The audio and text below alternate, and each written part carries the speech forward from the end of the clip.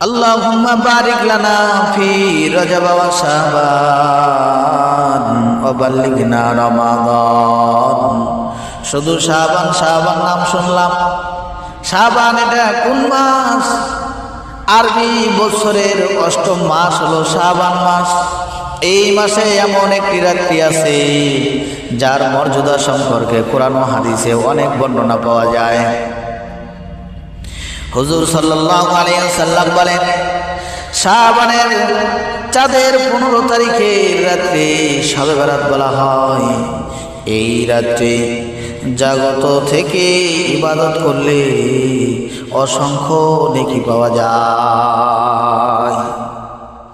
পাহাড় পরিমাণ গুনাহ হলেও আল্লাহ পাক রব্বুল আলামিন গুনাহগুলো মাফ করে দেন।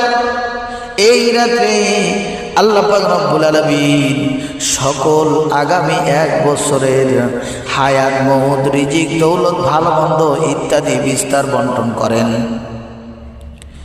আল্লাহ পাক রব্বুল আলামিন সব কিছু দুনিয়ার বুকে দান করেছে, কিন্তু 4টা জিনিস আল্লাহ পাক রব্বুল আলামিন নিজের কাছেই রেখে দিয়েছেন। সেই জিনিসটা বন্টন করার সময় এই শাবান মাসে চাঁদের 15 তারিখে শবে বরাত বলা হয়। এই শবে বরাতের রাত্রে আল্লাহ পাক রব্বুল আলামিন ৭০,০০০ ফেরেশতা দুনিয়ার বুকে অবতরণ করে। এই ৭০,০০০ ফেরেশতার কাজ কি হবে? প্রত্যেক ইবাদতকারীর নেকিগুলো লেখার জন্য আল্লাহ পাক রব্বুল আলামিন এই ফেরেশতাগুলোকে দুনিয়ার বুকে নিযুক্ত করেছেন। এই রাত্রে আল্লাহ পাক রব্বুল আলামিন ইবাদতকারীকে মাফ করে দেন, কিন্তু যেই ব্যক্তি জাদু করে এবং গণকের কাজ করে, কৃপণতা করে, পিতামাতার কষ্ট প্রদানকারীকে, যারা পিতামাতাকে কষ্ট দেয়, শরাব পান করে, নেশা পান করে, সুদখোর, জেনাকারীর গুনাহ কখনো আল্লাহ পাক রব্বুল আলামিন মাফ করবেন না।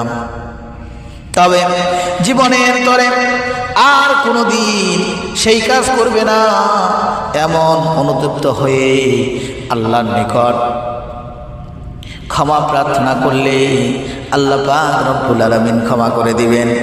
এই রাতে আল্লাহ পাককে ডেকে বলে, আল্লাহ পাক রব্বুল আলামিন বান্দাদেরকে ডাক দিয়ে বলে, ও আমার বান্দারা, আজ আমার নিকট যেই গুনাহ মাপ চাইবে আমি আল্লাহ তার গুনাহগুলো ক্ষমা করে দিব। আর যে আমার কাছে সুস্থতার জন্য প্রার্থনা করবে আমি তাকে সুস্থতা দান করব।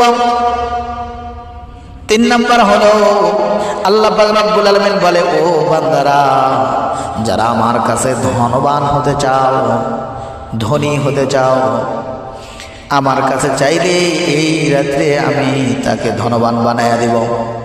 এই রাত্রে ইবাদতের নিয়তে কেউ যদি গোসল করে,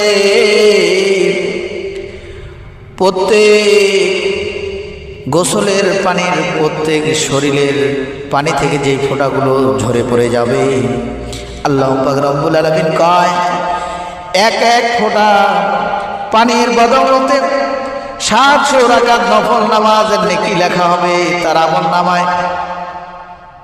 গোসলের পর 2 রাকাত তাহিয়াতুল ওযুর নামাজ পড়বে। প্রত্যেক রাকাতে সূরা ফাতিহার পরে একবার আয়াতুল কুরসি ও 25 বার সূরা ইখলাস পাঠ করবে।